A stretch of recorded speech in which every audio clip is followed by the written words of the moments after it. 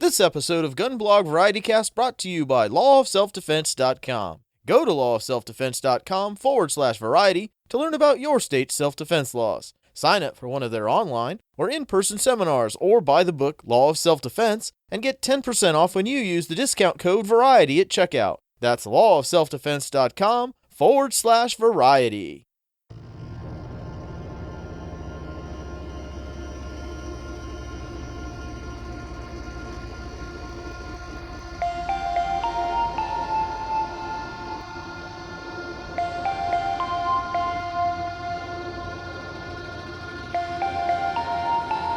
Sit back, relax, and take a ride with us on the GunBlog VarietyCast, episode 72.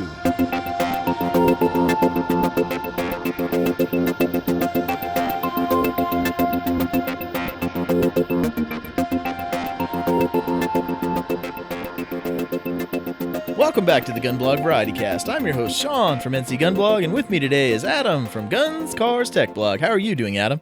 Barry White is back, baby. All right. Well, let's get started with a tactical dog and fitness report. 19.3 dog walking miles this week, and Map My Walk tells me that in 2015, Dices and I walked 1,432.37 miles. Yeah, I probably walked 1,432 feet. No, you've probably gone farther than that. So I'm still enjoying going to the spin classes at the gym. Not enjoying the fact that there are soon to be more people wanting into the class than there are bikes in the class. But that'll last a couple of months and then they'll all get tired and go home and stop bugging me. Gyms are pretty much insufferable until about March 1st. Is that how it goes? Yeah. All right. Well, as you can tell from the Barry White action, again, I've been mostly coughing up a lung every morning rather than getting on the treadmill. And no, I haven't been to the doctor because I don't want to pay $80 after insurance for them to tell me that there's nothing they can do. Thanks, Obamacare. I think you need a better doctor. Well, maybe. And now it's time for Blue Collar Prepping with that bratty kid sister of the gun blogosphere, Erin Paulette. This week, Erin's going to talk about managing chronic pain after a disaster. Come on, every pony. It's time for Blue Collar Prepping with Erin Paulette.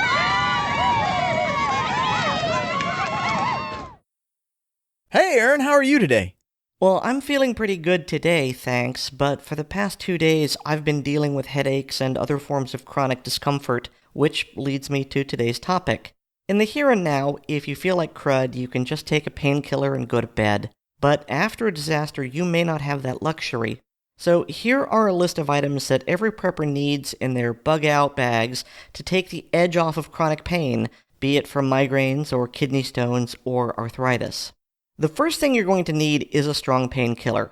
If you have a prescription for an opioid like Demerol or oxycodone, then you need to keep that filled at all times. But not everyone has access to that sort of thing. If you don't, then I recommend ketoprofen, which can be bought over the counter via the link in the show notes. Now, I have a friend who suffers from both chronic migraines and chronic kidney stones. Ouch, by the way. Yeah. And he swears by it. He says it's the best over-the-counter painkiller he's found, and that some studies rate it better than opioids. So I take his word for it. He seems to be a connoisseur of painkillers based on what he has to suffer. However, if all you have is traditional painkillers, then you should carry a mix of ibuprofen, such as Advil, naproxen, such as Aleve, and acetaminophen, such as Tylenol. Varying these will keep your body from building up a tolerance to a specific type, and that means they will be more effective when you need to take them. Be advised that you can combine some forms of painkillers. For example, you can take a Tylenol if you aren't getting adequate relief from Aleve or Advil, but do not combine Advil and Aleve. Because they are chemically similar, you double the side effects and your chances for an adverse reaction, which can include liver damage. Aside from drugs, there are other things which you can do to make chronic pain sufferers more comfortable. Most people with migraines say that bright lights and loud noises bring them pain, which is why we like to retreat to a dark and quiet bedroom to recover. But such a thing may not be possible after a disaster. For example, just try to find a quiet and dark place to rest in a FEMA shelter or refugee camp. In this case, soft earplugs will go a long way towards creating a quiet environment, and a bandana or shamag folded flat and tied around the head like a blindfold will help keep light out. Bandanas and shimogs can also be used to create compresses. Soaking the cloth in cold water and placing it on the forehead or on the neck will help with fevers or high blood pressure from headaches. Placing the cloth in hot but not boiling water will create a hot compress that can soothe muscle aches and joint pains. Speaking of joint pains, any ointment that you use regularly, like Bengay, should be in your pack as well. Finally, some really bad headaches bring intense skin sensitivity, making it feel like everything you touch is made of sandpaper. If you're one of those unfortunate people, consider getting a set of silk thermal underwear to keep in the pack. It's not going to fix anything, but wearing it might help you relax long enough for the painkillers to kick in. Well, thanks, Aaron. I hope you feel better soon, and I'll see you again next week. Thanks, Sean. You take care.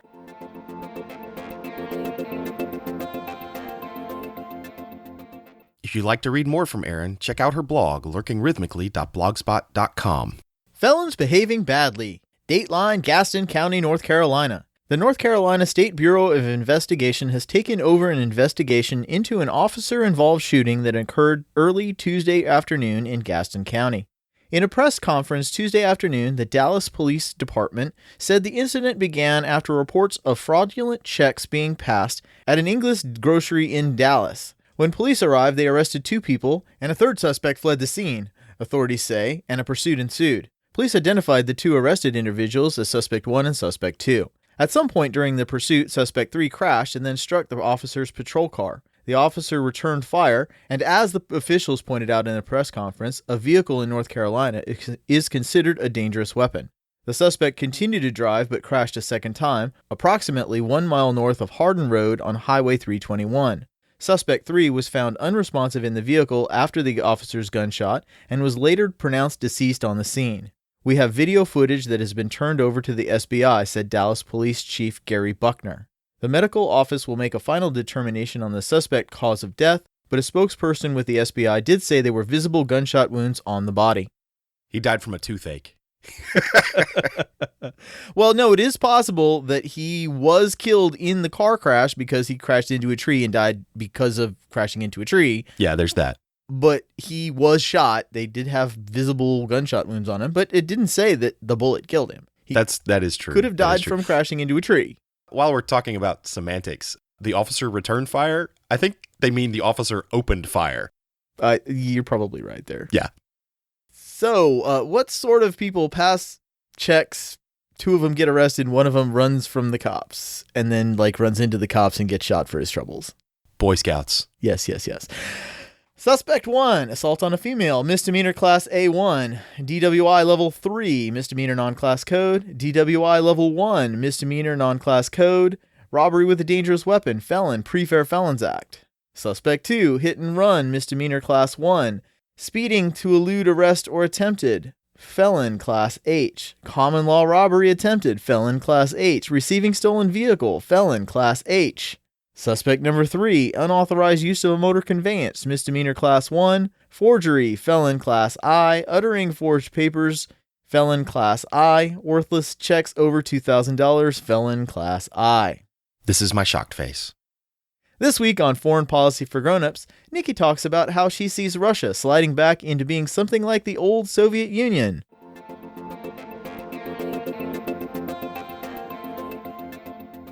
Nikki, you've talked a lot during the last year about our relations with Russia, Russia's turn towards authoritarianism, why Putin may or may not do what he does. Now that you look back over the last year, what sort of trend do you see? Well, frankly, I'm seeing Russia slide back into USSR mode. Look, Russia has never been particularly free. We've talked about its continued view that the United States is its primary national security threat, despite that reset button Hillary tried to present to Putin, despite the notional cooperation in Afghanistan, despite Russia's efforts to become a democracy, sort of. But what we've seen over 2015 overall is propaganda, control, outright statism, ratcheted up to a level we haven't seen since the old USSR days.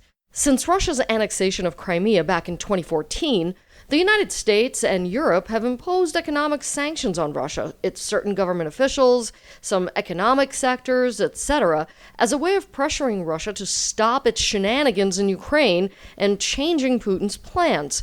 but I think we've miscalculated just how determined Putin is to be the head of a new resurgent superpower, and just how much his authoritarian appeal has mesmerized Russians, who are obviously disillusioned with events since the fall of the wall in 1990. The level of propaganda has been ratcheted to unprecedented levels since the fall of the Soviet Union. The people think they're winning, even as the economy is swirling the drain. In 2014, they were all proud of themselves because of the Sochi Olympics and the fact that they quote-unquote got Crimea back. Food from the EU is being burned essentially in front of their faces this year, and even as they borderline starve. Why? Because Putin-controlled media is constantly hammering the message that they're this great power again. In August, a Russian rag called Komsomolskaya Pravda released what the Russians claimed was a recording between two CIA agents discussing plans to down a passenger airliner over Ukraine. Sound familiar? This was supposed to have been proof that somehow Americans were responsible for the downing of MH17, except the production value was so bad that if you actually listen to the recording, you can't help but crack up. Foreign Policy magazine at the time took the recording between the two supposed CIA agents apart pretty well. They said, one sounds British for half the recording until he switches to a more American accent. The other man does his best to hide his Russian accent, but it pops up at the beginning as he clumsily asks his co-conspirator, "How are the preparations?" But the most glaring hole is in the conversation itself. The men do not talk with each other like native English speakers and use turns of phrase that sound as if their dialogue was translated to English from Russian via Google Translate. Before signing off, the two say "luck" to one another, a common farewell in Russian. But I guarantee you there are Russians out there who believe this. Other Russian propaganda is much more sophisticated. The Kremlin continues to pour money into RT, the Russian television outlet that targets foreign audiences and spreads pro-Russian propaganda. The recent gala marking RT's 10-year anniversary included such dignitaries as Putin himself, as well as a familiar face in U.S. conservative commentary, retired General Michael Flynn, the former director of the Defense Intelligence Agency. It's amazing to me that a retired three-star would allow himself to be used as a propaganda tool by what is commonly known as KGB TV. But Flynn is bitter about being forced to retire early from the DIA after turning that agency into a burning dumpster fire, so he's been a staple on every conservative talk show bashing the current administration. This is just another way of poking a thumb in Obama's eye. Now, I have no problem with leveling criticism at the current administration. I've done so more than once myself. That said, allowing himself to be used as a propaganda tool by RT and telegraphing the Kremlin's message to the world while sitting at the head table with Putin at the RT gala? This guy. He makes me wonder just where his allegiance lies. Well, yeah, we've always known that propaganda was bad in Russia. What else makes you think that Russia is heading back to the Soviet Union days? Well, there's their economic policies. I read in the Russian newspaper Vedomosti recently that Russia has implemented new currency exchange rules, ostensibly to fight money laundering. The central bank is implementing strict new controls, basically giving people an anal probe if they try to exchange more than roughly $200 in rubles. They'll have to present an entire litany of personal data in order to do the exchange. They're of course doing it under the guise of fighting terrorism as well. In September, presidential advisor Sergei Glazyev was asked to present an economic strategy for 2016 that's quite separate from the one the Minister of Finance, Anton Sulyanov, is supposed to be developing. Glazyev is a notorious nationalist who founded or is a member of numerous Russian nationalist political parties, Orthodox groups, and patriotic social clubs. Last year, he was one of the loudest voices in Russia in favor of Russian intervention during the pro-West Ukrainian uprisings that led to government change in Kyiv, and his economic plans for Russia pretty much reflect his nationalist ideology. Glazyev proposed a radical overhaul of the economy in 2016, including several policies that would mostly cut Russia's financial and economic ties to the West. They would prohibit Russian entities from using foreign currency, tax the conversion of rubles to foreign currencies, ban foreign loans to Russian firms, and require Russian firms that have loans from the West to default on their payments. I think Glazyev is nationalistically convinced that Russia's economy doesn't need the West, and he's prepared to let the West know that Russia will weather any storm, even if the West increases sanctions pressure. Sounds like Russia is creating this boogeyman of the West. The West is to blame for their problems. They are the enemy, and Russia is strong and will stand up to that foe. Russian folklore talks about these brave fighters, these knights. They're called bogatyri. They're heroes that courageously face the enemy and never give up the battle for good. In a way, I think this is the image Russia wants to foment. The image of the brave Superman with his cape blowing in the wind, a cape that incidentally has a red hammer and sickle on it, standing up to the evil West, standing up in defiance of evil. And that's the image that allows Putin and his cronies to severely curtail Russians' rights and freedoms. They're willing to give up their rights for the glory of Mother Russia. Under the guise of protecting children and fighting terrorism, the Russian government has passed laws that gave it the ability to selectively block websites and prosecute their owners. Incidentally, isn't that similar to what Trump has said he wanted to do? Is it any wonder, as I said last week, that Putin has become Trump's biggest supporter? Putin's administration frequently abuses the legislation to block criticism of the federal government, silencing those who challenge their nationalistic narrative. Remember a guy named Mikhail Khodorkovsky? He's a former oil tycoon and Putin critic that spent more than 10 years in prison before being issued a pardon by Putin a couple of years ago. Well, guess who just got an international warrant issued for his arrest again? Khodorkovsky, who has been living in Switzerland and has been vocally criticizing Putin, is now wanted for allegedly ordering subordinates to kill the mayor of Neftejugansk in 1998. Russia's investigative committee says he was attempting to avoid paying taxes for his oil company Yukos. Right. In Russia, everything old seems new again. The propaganda, the media control, the persecution of opposition, economic controls. I think 2016 is going to be an interesting year. All right, Nikki, it was good to talk with you. I'll see you again next week. You bet. Take care.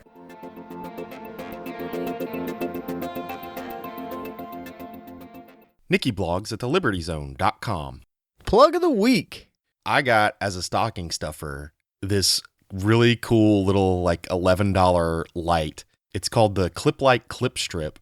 And this thing is brighter than the shop light that I've been using for the last 5 or 6 years. Right, and I imagine you use some shop lights. I use some shop lights because I have an 18-year-old car. No, you don't. You have a project that you drive to work. I have a rolling rebuild, yeah. So tell me about this shop light, not shop light, clip strip thing. Well, it's about the size of a pen. It takes 3 AAA batteries and is brighter than the sun. No, I'm kidding. It's 140 lumens, which is pretty bright. Now, the flashlight I use for work is only an 80 lumen flashlight, and the flashlight, my tactical, in my pocket, everyday carry flashlight is a 300 lumen flashlight. So 140 lumens is pretty bright. And I believe that it's 140 lumens. I don't think that it's one of these, oh, look, we have a single LED flashlight and it's 2,000 lumens because we say so. No, I really think it's 140 lumens. It's really, really bright. In fact, last night, my wife came out to the garage while I was working and I was like, hey, watch this. And turned out the lights, turned on my shop light, turned it off, turned on the clip light, and she goes, damn! It was pretty bright. The bad news is, of course, it, running on 3 little AAA batteries, you can't leave it on all the time. Right, but, AAA batteries you can get down to the store. Yeah. I would probably put lithiums in it. It comes with some, regular alkalines. But this thing is going to live in my glove box so that when I need to replace a sensor on the side of the road, I have this thing. I mean, it is, I can't say nice enough things about this, and it's $11. $11.48 currently, free shipping, Prime, on Amazon. Link is in the show notes. So, yeah, and it looks like it'll clip to anything. Clip to your pocket, clip to the visor in your car. Yeah, and the clip is also magnetic. So, clip to your hood. Yeah. Which might come in handy. Maybe. For somebody who has a project that he drives to and from work. Well, to be fair, I won't need it for under the hood because I've got pre-installed LED lights under the hood just for that occasion. Oh, well, that's probably wise. I did that over the summer. For those occasions when the battery works too. Right. I got a really nice battery. Excellent. It should be okay. Excellent. Ask me how I know about batteries. That's what I did 2 days ago. Oh, nice. Well, returning this week is our special guest, Benjamin Turner of the Personal Defense Podcast, who reminds us that a fight avoided is a fight won.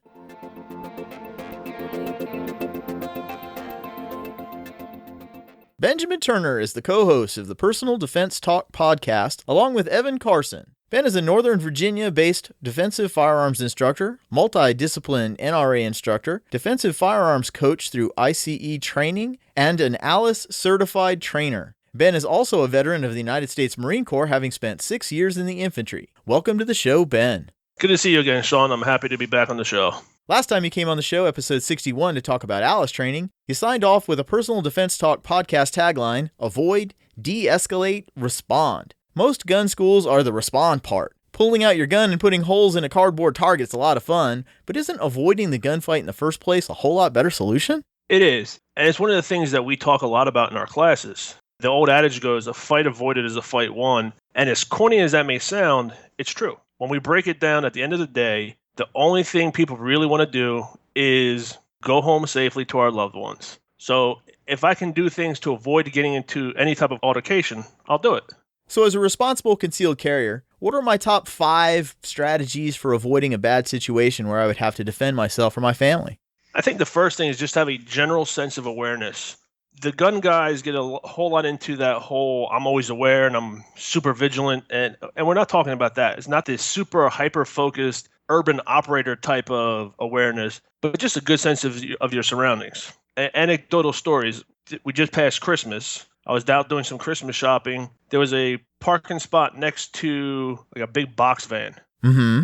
I avoided that parking spot altogether because there was no way I could see coming out of the store, see my vehicle behind that box van. So I parked somewhere else. It's a simple illustration of just avoiding a possible situation. Okay. Everybody gets so hyped up on this awareness thing. It's just be aware. Just if you're just looking around, scanning your surroundings, a lot of what you're doing is deselecting yourself. The violent criminal attacker isn't going to attack you if you deselect yourself by just looking around. If you happen to notice them, they're going to say, okay, this person's aware. We really can't take them by surprise. Just little things like that will help you with your awareness.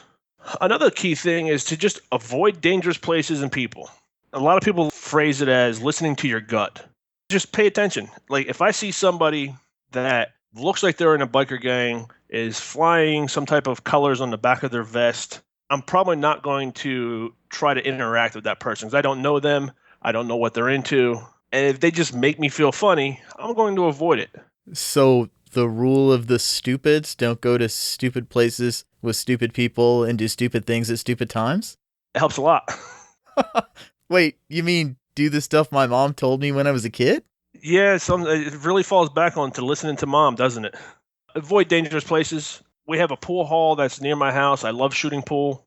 I don't go there any longer because there's been about 4 or 5 drug busts, maybe 3 or 4 different fights there, alcohol-related incidences there. So I just avoid the place altogether. And by avoiding that place, yeah, I may not be able to have as much fun or enjoy myself playing billiards, but guess what? I'm also not in some type of violent altercation at the same time. The third thing is pre-contact cues. The pre-contact cues are when you're approached by somebody. You're basically scanning them, watching their habits or what their actions are. One of the pre-contact cues is picking. So if you see them picking like an area on their body, it's a potential giveaway that they're carrying some type of weapon or some type of device or something in that area, be it a knife, be it a gun, or some other thing that they may be able to assault you with. Another big one is scanning their surroundings. So if you see someone, they're shifty-eyed, they're moving their head all around, they're either checking to make sure that you're not with somebody or that you're alone, maybe checking to see if the law enforcement are around, or checking to see if their buddy's in position for you yet. Another one is if they try to keep getting in closer and invading your personal space. You always want to interact with somebody. I like to keep it at least 2 arms distance, 3 or 4 feet away from me. If somebody comes up to me, just, hey, stop right there, making me a little uncomfortable. And you have to have some type of verbal skills to do that. That leads more into like our second phrase that we sign off with, de-escalation, but it also helps inside of the avoidance thing as well. A great class for this is with Craig Douglas of ShivWorks, and it's his Extreme Close Quarters Concepts course. You can look him up on shivworks.com for his training schedule. Craig Douglas, South Narc, right? South Narc, yep. Excellent. I've been thinking about taking that class ever since you and Evan talked about taking his class on your podcast. It's a heck of a course. You'll learn a lot, and it's humbling all the way around. And Craig's a hell of a dude, too. A lot of fun to be with. Excellent. Another big one that I think really helps, it's part avoid, part de-escalate. And that's just checking your ego at the door. How many times have you driven into the parking lot, you're going to have to get into a parking spot, and somebody steals it from you, and it becomes a big deal?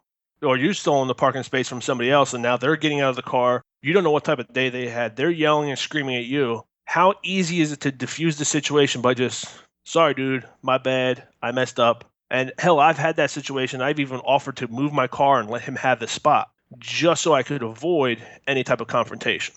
Rory Miller talks about that in his book, Facing Violence. He calls it a monkey dance, where you're not really fighting over the thing you're fighting over. You're fighting over who's going to be the dominant monkey. I learned it a long time ago with my grandfather, and he parted this, this Southern knowledge onto me. And it's to really paraphrase it, to keep it clean for your show. It's whose ego is bigger than the others.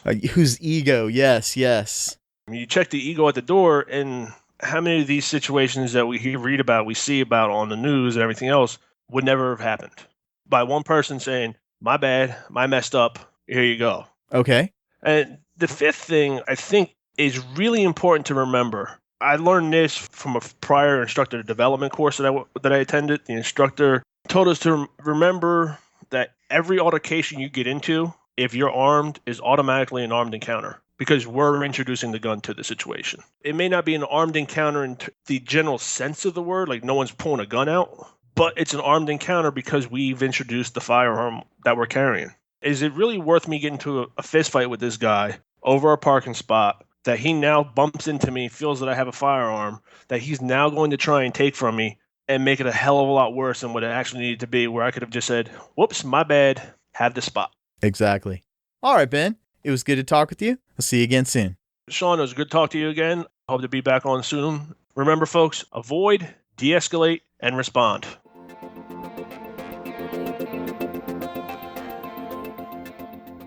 You can hear more from both Ben and Evan at personaldefensetalk.com, and you can, and probably should, subscribe to their podcast on iTunes and Stitcher Radio. Fun with headlines. All right, so this one was actually so bad that they have now changed the headline to more accurately reflect what actually happened.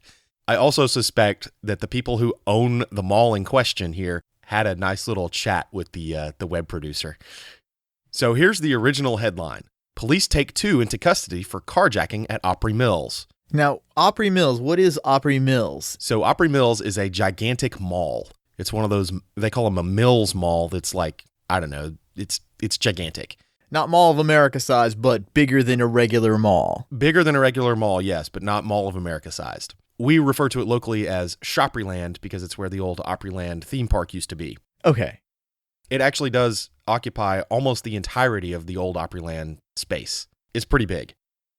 A stolen car was tracked to a busy Opry Mills on Saturday. Police told News 2 that after the carjacking occurred in North Nashville on Friday night, a company was able to track the car. Originally, it tracked the car to Hermitage and then to the Opry Mills parking lot.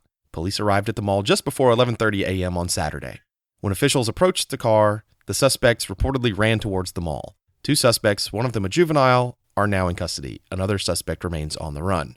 So they didn't carjack anybody at Opry Mills. Right. They recovered the car at Opry Mills. So now the new headline is, police take 2 into custody at Opry Mills in connection to North Nashville carjacking. So imagine you're the general manager of the mall, and the headline is, 2 arrested for carjacking at Opry Mills Mall. Yes, this is technically true. 2 were arrested at Opry Mills, but they didn't carjack anybody at Opry Mills. Right. That just happens to be where the car was. Yeah. Good job, guys. Good job. Did you know that people drive like idiots? Well, in his triumphant return, Barron tells us how $100 worth of dash camera may save your bacon when someone decides to blame his bad driving on you in Tech Tips. Tech Tips. Tech Tips. You are damaging my comp. Tech Tips with the Barron. Barron, it's great to have you back. It's great to be back, Sean. So I saw on Facebook that you had a little incident where you were really happy you had a dash cam on your truck. What happened? Well, thankfully, I didn't hit anybody, but let's just say I caught a bunch of stupidity right in action. So Seattle area traffic is bad enough. People will cut you off and otherwise do stupid crap on a regular basis. I'm fairly immune to being surprised, at least I thought so. Well, they say a new baby will change your life, and it does. I bought a fifth wheel so things will be more comfortable for mini-me during boomer shoot. Babies don't weigh much, but given all the other equipment I take with me for the event, the total rig weighs about 11 to 12 tons. Now, y'all remember Newton's laws, right? Most importantly, the one surrounding momentum, and an object in motion remains in motion unless another force acts upon it. This means it takes a little bit of time to stop this giant thing. I try to be responsible and leave a good-sized following distance between me and the vehicle in front of me so that I can stop safely if I have to. Well, people seem to think that distance I have between me and another vehicle is so they can just whip right in and slam on their brakes. No, I'm not kidding. I've had numerous people speed up on an on-ramp and cut me off, slamming on their brakes while doing so, even with plenty of room still in front of them. Please note, I adhere to the rule of maintain my speed and let them pace me and merge in. There's no reason to slam on your brakes or do anything. So, my standing on the brakes and doing everything I can in the truck to stop what is basically 12 tons from crushing them. Barely. I guess that they're thinking that they can tell the cop that it's not their fault because I rear-ended them. Never mind that they created the problem by cutting me off in the first place. Not to mention the whole problem of being dead when 11 to 12 tons of angry Barnett Express flattens you on 405. So to cover my backside when I inevitably end up having to explain myself to the Washington State Patrol, I have a dash camera. I got the first one when I was having to go in and out of Seattle on a regular basis. Watching a guy cut across 6 lanes of 405 almost hitting 3 people made me realize how worthy of an investment it is. The first camera, though, was a Dashcam through Dashcam Diaries, and it wasn't cheap. It took mid-range HD video, but it did have 2 cameras, one on me and one on the road. A serious plus for when you have to get pulled over. Why do I have a feeling there's a big but coming? Because there is. It lasted literally about 6 months. 6 months, $250, boom, gone. The connector that they used was a mini USB connector, and after months of being plugged and unplugged, it finally started to break. The battery was showing wear and constant issues, and basically after 30 minutes of driving somewhere, it would die and reset itself and it wouldn't come back. Seriously, don't recommend it. I'm not going to even bother linking to Dashcam Diaries because they're no longer online. So take that as an additional clue of the quality. And the replacement? I'm not the only one who likes the idea of a dash cam, so much so that we were walking through Costco and saw a Cobra 840 Drive HD on sale for $100. Full HD video, 60 frames per second. Only a single camera, but you can always alter the position after you get pulled over. We've had them for 5 months and they're still rocking strong. I only have one complaint though, and that is the user interface isn't the best, especially with regards to unlocking files. While locking files is a benefit, it takes way too many clicks to unlock them and delete them to clear space off the card. Locked files?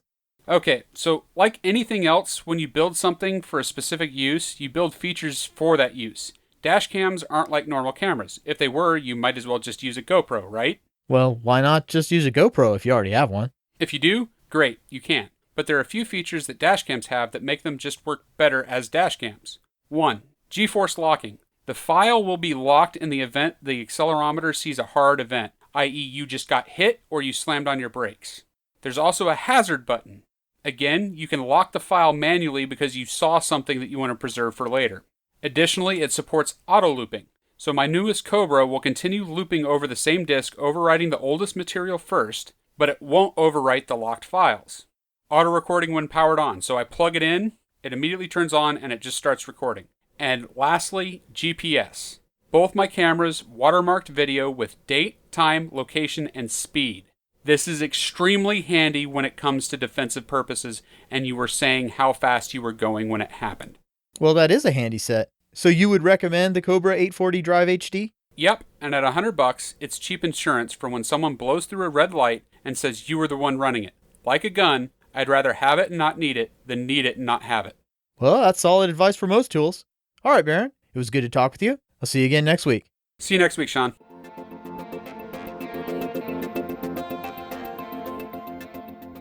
Barron still blogs at the-minuteman.org. The J Block. So I spent my Christmas vacation watching Netflix and being lazy. Oh, to be childless. Yeah. Aside from gym visits, I guess. Yeah. Taking the dog for a walk. Well, that's good. It's been raining like you wouldn't believe here. Oh my goodness. I think we got that rain like 3 days before you did. No, I don't think so. I mean, like, it's been bad here. Like 5 inches of rain in the last week. I'm thinking about building an ark. It's been bad. The poor dog's going crazy. She's like, she doesn't get to go out. Right. It's been horrendous. So I've been like my wife's going crazy. She's like, I need to get out of the house.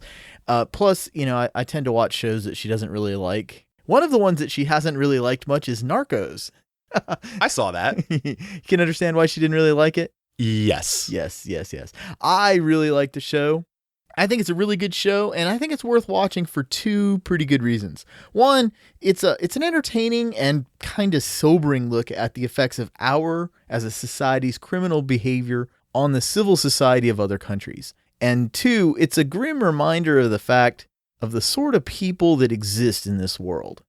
Our country's cocaine use caused the mess that happened in the 90s in Colombia. If our country wasn't using cocaine and sending billions of dollars into the hands of Pablo Escobar and letting him just bribe everybody and murder whoever the heck he felt like, then they wouldn't have been in a situation where this guy was basically destroying an entire country and killing thousands of people.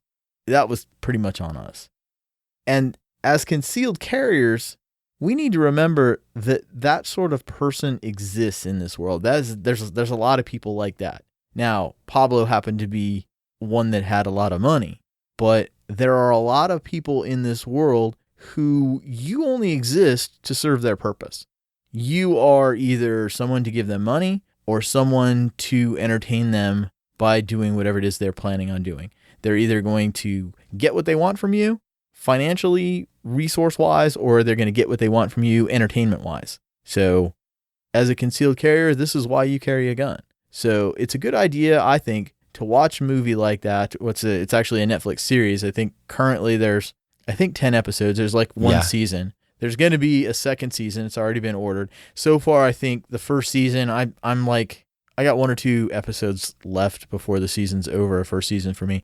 In the first season, they got to the point where I think they've got him in prison, the prison that he built himself. Literally, they let him build his own prison and live in it. Yeah, that was like, I had to go, wait. I'm sorry. Is this artistic? No, this really Wikipedia happened. says that really happened. Yes, okay, yes. then. It's crazy the way this went. But you watch this just to remind yourself that this sort of thing, this sort of person exists, and that you're going to have to possibly one day pull out your gun to stop that sort of person from hurting you and hurting your family. And if you'd like some more depth to the story, have you ever watched Black Hawk Down? Yes, and read the book. You watched the movie, you read the book? Yeah. Well, the guy that wrote the book, Mark Bowden, he wrote another book called Killing Pablo. And it is the story of the United States and Colombia chasing down Pablo Escobar. And I thought for a while that this story, this Narcos, was actually just, Black Hawk Down, but, the movie from his book. But it turns out it's not. So the director of Narcos also directed back in Brazil 2 movies called Elite Squad and Elite Squad: The Enemy Within, where he follows the semi-fictional accounts, the ripped from the headlines, stories of something called BOPE, B-O-P-E, which, being in Portuguese, I couldn't even begin to pronounce. But it's basically the Rio de Janeiro SWAT team from the military police. It's ridiculous. Whenever you hear people talk about the militarized police or the police state, you need to watch these movies. Elite Squad is DVD only, but Elite Squad: Enemy Within, which you really should see Elite Squad first before you watch The Enemy Within. They're on Netflix. Watch them. You ever want to see what a police state looks like? Watch this, because it's like straight up, we just kill people.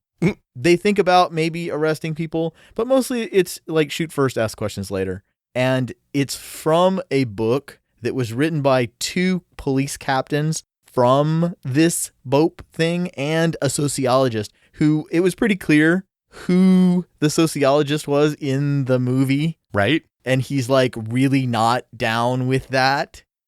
Yeah. Yeah. The particular person in the movie who's pretty much the guy who's writing the book. Yeah. Not really friendly. Yeah. It's kind of hostile. Maybe you shouldn't have this extrajudicial execution here. From our perspective, as people who live in a relatively free, relatively peaceful, relatively we don't murder each other all that often society, though we act like we live in a violent society, it's a freaking war zone. Oh my goodness.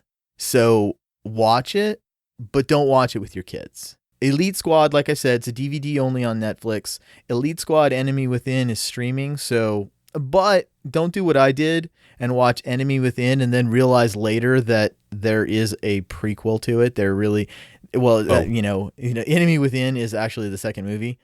It is in Portuguese, so you will have to read the movie, but it is absolutely worth it. And Killing Pablo and the movie and the series Narcos, definitely worth it. But watch Elite Squad Enemy Within. It's a different world out there. We live in an incredibly free, incredibly peaceful society. You need to see what the other world looks like. And now a word from our sponsor. You know what will happen. If you ever have to defend yourself, you're going to end up in handcuffs. Are you trained to win the fight after the fight? Sure, you can draw, aim, and put 2 in the 10 ring, but have you learned your legal self-defense? Do you know the law? Go to lawofselfdefense.com/variety to sign up for your legal self-defense class. Each class is tailored to the laws in your state. Attorney Andrew Branca will teach you the law, not just what the law says, but what the judge's legal opinions say, what the jury instructions say. Sure, you could risk spending the rest of your life in prison because you followed the advice of some gun store counter jockey, or you could spend the day with the man who literally wrote the book on the law of self-defense. Carry a gun so you're hard to kill. Know the law so you're hard to convict. Go to lawofselfdefense.com/variety to sign up for a legal self-defense class in your state. And make sure to use discount code VARIETY at checkout to receive 10% off. This podcast runs on your donations. Go to GunBlog VarietyCast.com and click on the donate or subscribe button in the right sidebar. You can make a one-time donation of any amount or subscribe for as little as $2 a month. That doesn't sound like much, but we pay our server costs monthly. A little help from you is a big help to us. So you didn't watch the Democrat debate, and I didn't watch it either. That's because you knew Weird would watch it so none of us would have to. And it's time for another patented Weird audio fisk in This Week in Anti-Gun Nuttery. So hey Weird, what do you got for me this week? So the Democrats had a debate, and it was supposed to be about foreign policy, but gun control and Mrs. Clinton's bathroom habits came into it. I'll talk about the former, thanks. Secretary Clinton, in the wake of the San Bernardino attack, you all emphasized gun control. But our latest poll shows that more Americans believe arming people, not stricter gun laws, is the best defense against terrorism. Are they wrong? So this is a question from the moderator. I thought I'd lead with it as it really shows how the tide has turned. Used to be a mass shooting happened and the pro-gun people would bunker down and see what we could do to keep our rights from slipping away. Now, every time there's a mass shooting, the gun shop counters become packed and I'm still not able to buy more Polk 22 ammo. So what does Hillary think?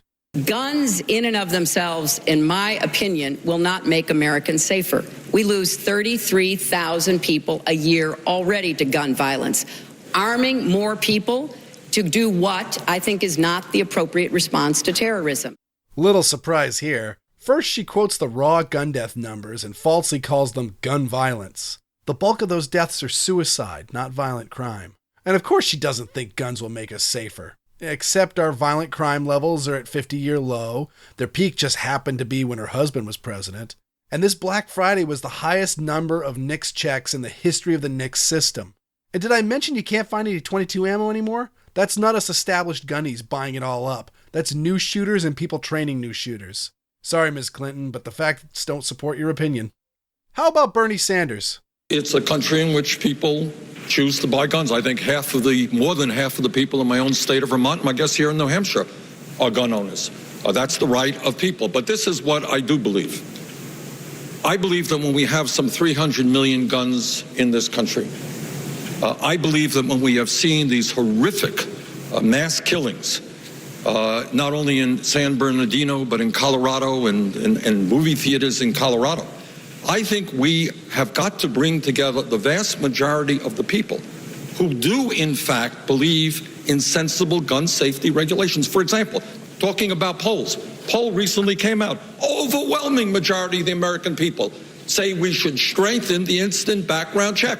Who denies that it is crazy? Who denies that it is crazy to allow people to own guns who are criminals or are mentally unstable? We've got to eliminate the gun show loophole. In my view, we have got to see that weapons designed by the military to kill people are not in the hands of civilians. I think there is a consensus. Oh, poor conflicted Bernie. He's from a state that has virtually no gun control laws and a population where gun ownership is near ubiquitous. And crime is extremely low. But he's a Democrat and allegedly running for president, so he needs to pay some lip service on gun control. He talks about this 90% poll where Americans and gun owners are in favor of universal background checks. The facts don't bear out. Bloomberg has tried in several states to implement universal background checks and failed.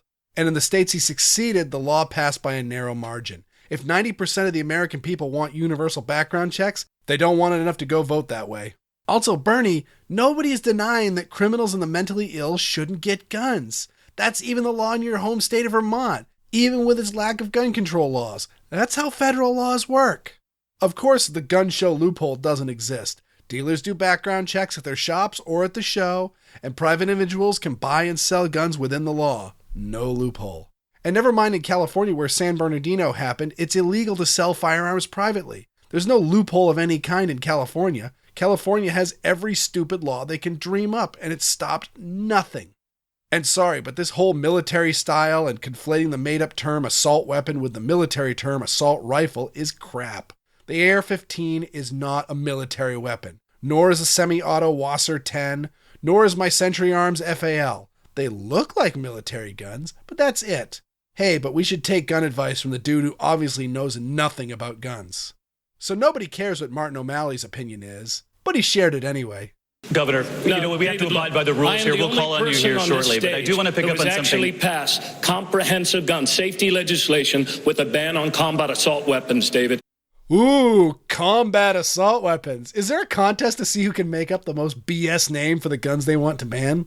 When ISIL does training videos that say the easiest way to get a combat assault weapon in the United States of America is at a gun show, then we should all be waking up. Half-truth at best. First, the guy who said that was an Al-Qaeda terrorist operating out of Pakistan, not ISIS. Let's listen to what he said exactly. America is absolutely awash with easily obtainable firearms.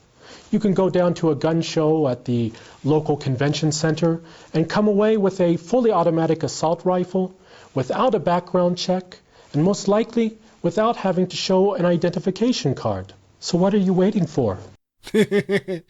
Yep, you can just buy a full auto rifle at the local gun show. Also, I dare anybody to buy a gun privately and not have the other guy at least ask to see their driver's license to make sure the transaction isn't across state lines.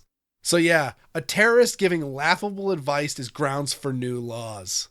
Also, I hope some of these radicals bent on doing me harm go try to buy machine guns at gun shows or at police stations. Would you have them confiscated, the ones that are already here? No, Martha, I would not, and that's not what we did in Maryland. But you know what we did in Maryland? We overcame the NRA's objections. We overcame all of the crowds that were coming down there. We did our own rallies. And at least if we enact these laws in a prospective way, we can address a major vulnerability in our country. You know what he didn't do? Lower the crime rate. Go have a look at Baltimore. It's probably on fire right now. It really has been for the last 6 months on a fairly regular basis. Also adorable that you wouldn't go rounding up the guns. They didn't ask Hillary this, but she's on record wanting the Australian-style mandatory confiscation, which they like to spin as buybacks and bans on commonly owned guns. Cute, you don't want to do what she does, but you aren't going to win this. And I'm glad to see this. Senator Sanders has really moved in face of the facts about what we're confronting in our country. I know that he has said in the 2 previous debates that he wants to take on this immunity issue because we need to send a strong message to the gun manufacturers, to the sellers, to the gun lobby. And I would hope, Senator Sanders, that you would join the Democrats who are trying to close the Charleston loophole, that you would sponsor or co-sponsor legislation to remove the absolute immunity. We need to move on this consensus that exists in the country. Good. Does anybody else get the feeling that Hillary is planning on buying off Bernie with an all-expense-paid staycation on the grounds of the U.S. Naval Observatory as her vice president? Just listen to that tongue bath. Come on, Bernie. Just agree with me. Come over to the dark side. Let your anger flow. Let the hate flow through you. This Charleston loophole term is just crap. The hold that the shooter in Charleston was put on was an example of a broken system. The FBI may have been asleep at the switch, but there's also good evidence that the shooter was not a prohibited person. The minor drug crime he was accused of before the murders may not have been a prohibiting offense. It might have been, but no one really knows. But listen to the debate our leading Democrat candidate for president wants to have. If only a minor drug crime could turn a cash register into a mass murder prevention device. This is a completely broken system, and yet Hillary wants to put more power to it? Of course she does. She wants to ban and confiscate all the guns. And the immunity that gun companies have is non-existent. Under her husband's watch, anti-gun forces were leveling countless frivolous lawsuits against gun companies. The cases were all dismissed, but they cost the gun companies thousands of dollars to defend it. Do that often enough and they have to close their doors. This was the plan of the antis all along. That's why we fixed the glitch. Okay, I'll end on a light note. The answer is obviously, if you see suspicious activity, you report it. That's the kind of a no-brainer. You know, if somebody is loading guns and ammunition into a house, I think it's a good idea to call 911. Do it. It's always fun to see people as stupid as Bernie Sanders saying no-brainer. Kind of a no-brainer. I also don't think that Bernie's smart enough to understand swatting, but that's what he's advocating. See somebody loading up for a trip to the range? Call 911. And feel free to use the word terrorist in the call. Yeah, great idea. In the end, the Democrats think of banning guns like teenage boys think of sex. And they're just as rational about it. All right, Weird. It was good to talk with you. I'll see you again next week. See you next week, Sean.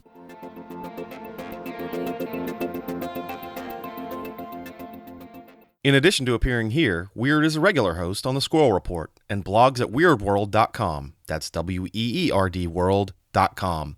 My favorite is the whole, you can buy a fully automatic weapon at a gun show with no background check. That comes up so much, like on forums and whatnot that are unrelated to guns. So my standard thing is, okay, I'll tell you what. You think you can buy a full auto machine gun at a gun show or grenades or rocket launchers or whatever?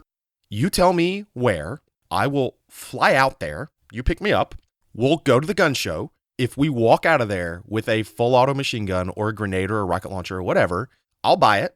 We can then go to the ATF, turn it in, and then I will hand you a check for $10,000. But you have to pay to fly me out there.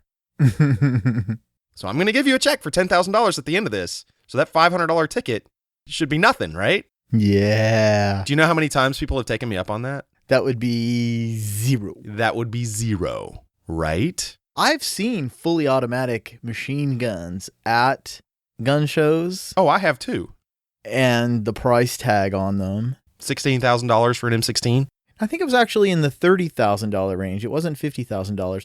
And it was an extremely rare Tommy gun. It wasn't like, your average Tommy gun, which is just ridiculously expensive. It was an extremely rare version of a Tommy gun, which was beyond ridiculously expensive. So I met a guy a couple of months ago who had just bought one for, I think, $45,000. Right. Oh. A Thompson. Yeah. Stuff that grinds my gears. People who park randomly wherever the heck they feel like at the dog park. Or anywhere, really. Right, but it was at the dog park where I noticed this. Here's a clue. If you are at a location and they have painted lines on the ground in the middle of a big blacktop area, right? Right. And these lines on the ground are vaguely the same size and shape as an automobile, your car goes in between those lines. That's not for the helicopters? Unless it says H on it, no. If they have gone to the trouble to paint the lines, then your car goes over there. But if there's an expanse of pavement, whether it's black or maybe even cement, and there's no lines on it, then your car doesn't go there. I mean, it's probably not really that complicated. And so if you're so freaking lazy that you're going to take your dog to the dog park, I mean, you've gone to a significant amount of effort at this point. You have leashed your dog. You have walked your dog to the car. You have placed your dog in the car. Hopefully you have put a seatbelt on your dog. Now, I know a lot of you haven't, but I would consider putting a seatbelt on your dog when you put your dog in the car. That way, if you crash your car, probably not something that you have done, but somebody else has done, because you are a responsible person. You have not driven like an idiot. It's probably the other guy who drove like an idiot and crashed into you. Naturally, you drove perfectly well. You've never done anything wrong. Never you. Always the other guy. Right. So you put a seatbelt on your dog so that when they crash into you while you were driving perfectly fine and observing all of the rules, your dog doesn't fly into the back of your seat, get injured, and while you're recovering from the airbag deployment, your dog doesn't get mad and bite the cop and get shot because the cop's trying to rescue you and save you, and the poor injured dog doesn't know that the cop's not somebody attacking you. And then you've gone to all this effort. Do you think maybe it's a good idea to park your car where it belongs and walk maybe the extra 20 or 30 steps from where your car belongs instead of parking in the middle of where cars are supposed to drive? Do you think that's just too much to ask? I don't think it's too much to ask. Do you think it's too much to ask, Adam? Well, apparently other people do. Apparently. And those like 2 spots on either side of the center entrance that have handicapped placards, yeah, that means your car has to have a handicap placard too. That's for the old folks who are like too infirm. Right. Who have the handicap placard, or injured folks who have a handicap placard. Not for lazy folks who have the lazy placard. Okay, so stay the hell out of that. So the rest of you come down, park with me. That whole area in between, that's where people drive. So stay out of that. So how about you, Adam? New Year's resolutions. I just think they're dumb. People are like, oh, what is your New Year's resolution? I don't know. What do you mean you don't know? Well, in 6 weeks, you're not going to know either. I don't mind the resolution so much as the nosy people asking. Well, yeah, I guess there's that. What is your New Year's resolution? Always ask them back. Well, what was yours for 2015? Well, I don't remember. It's like, okay, so whatever. So what did you do on New Year's Day? What did I do on New Year's Day? It was yesterday. It was yesterday. What did I do yesterday? Our family tradition, which really comes from my mother, is that you live on New Year's Day the way you intend, because New Year's Day sort of sets the tone for the rest of the year. Right. Which is why you don't get blitzed on New Year's Eve and have a hangover on New Year's Day, because there you go. You've set the tone for the rest of the year. So on New Year's Day, you treat your wife well because you don't want to get in an argument with your wife and be a jerk to your wife because you've just set the tone for the year of being a jerk to your wife all year. So you try to treat your wife nicely. Well, there you go. You know, so how did you try to? No, I was just being my normal self. You treated your wife like a jerk? Well, no, I just treated my wife like I normally treat her, which is probably like a jerk. I don't know. She'd probably. No. I don't know. I've seen you treat your wife fairly nicely. Well, somebody should tell her that. I doubt that. Growing up, I remember we always had to eat like black beans or something. My mom had like these weird ideas about good luck for the new year and, you know, oh, you have to eat this and this and this and this. I'm like, well, those foods are terrible and not eating them doesn't appear to have any effect. So no, I'm not going to do that. Well, that's our show for the week. Thanks again to Rob Allen for our music. And Firearms Policy Coalition for their support. And thank you for listening to the GunBlog VarietyCast. Constructive criticism can be sent to Sean at SeanSorrentino.com. And hate mail to WizardPC at GunsCarsTech.com. Like and share us on Facebook. If you have Facebook. And if you receive this podcast through iTunes, make sure to leave us a glowing 5-star review. Show notes can be found at GunBlogVarietyCast.com/episode 72.